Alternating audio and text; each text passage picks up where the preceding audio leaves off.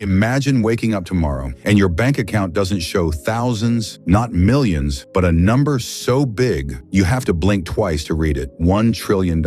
More money than entire countries. Now let me ask you something. What would you do first? Buy a mansion? A private jet? Disappear to a private island? Sounds perfect, right? Yeah, that's exactly what you thought until day 7. Because the first few days don't feel real. They feel like a cheat code. You wake up and everything you once had to think about is gone. No budgets, no limits, no hesitation. You don't ask, can I afford this anymore? You just ask, do I want it? And if the answer is yes, it's already yours. You don't upgrade your life, you replace it. New house, new cars, new everything. A place so big, you don't even hear your own footsteps anymore. At night, it's silent, too silent, but you ignore that feeling because you're still enjoying the dream. You hire people to run your life, chefs, drivers, security, assistants. At first, you try to remember their names, but after a while, they blur together. Because there are too many. Everything runs perfectly, like a system, like a machine. And for the first time in your life, you feel untouchable. But here's the part nobody tells you. When you become this rich, you don't just gain everything. You lose something too. Anonymity. Because now, everyone knows you. Your face is everywhere. News channels, social media, people talking about you like they know your story. And the next time you step outside, you feel it instantly. People staring, phones pointed at you, someone whispering your name, someone recording you. You're not just walking anymore. You're being watched, so you adapt. You increase security, more guards, more cameras, more distance between you and the world, and it works. You feel safer. But at the same time, your world gets smaller because now nothing is simple anymore. You want coffee, just coffee, from a place you used to go all the time. But now it takes planning. Your team checks the area, clears the space, controls the timing, and when you finally walk in, everything stops. People stop talking. The barista gets nervous. Someone in the corner is secretly recording you. The coffee tastes the same, but the moment doesn't, so you stop going. Not because you can't, but because it doesn't feel right anymore. Then come the requests, calls, messages, emails. Everyone wants something. Meetings, donations, partnerships. At first you try to help. You give money. A lot of it, millions. But something strange happens. It's never enough. People thank you and then ask for more. And slowly, gratitude turns into expectation. But the real shift isn't from strangers. It's from people you know. Friends stop talking the same way. Some disappear completely. Others stay, but they feel different, careful, like they're afraid to say the wrong thing. You invite an old friend over, someone who knew you before all of this. You hope things will feel normal again, but they don't. He agrees with everything you say, laughs at everything you do, avoids any real conversation, and that's when it hits you. You don't know if people like you anymore or what you have, and once that thought enters your mind, it stays there, quietly changing everything, even love, because then you meet someone, and for a moment, it feels real. She's different. She talks to you like you're normal. She doesn't mention money, doesn't seem impressed, and that's what makes it feel real. But then, small things start to bother you. She knows things you never told her. Details about your life, your habits, your preferences, and suddenly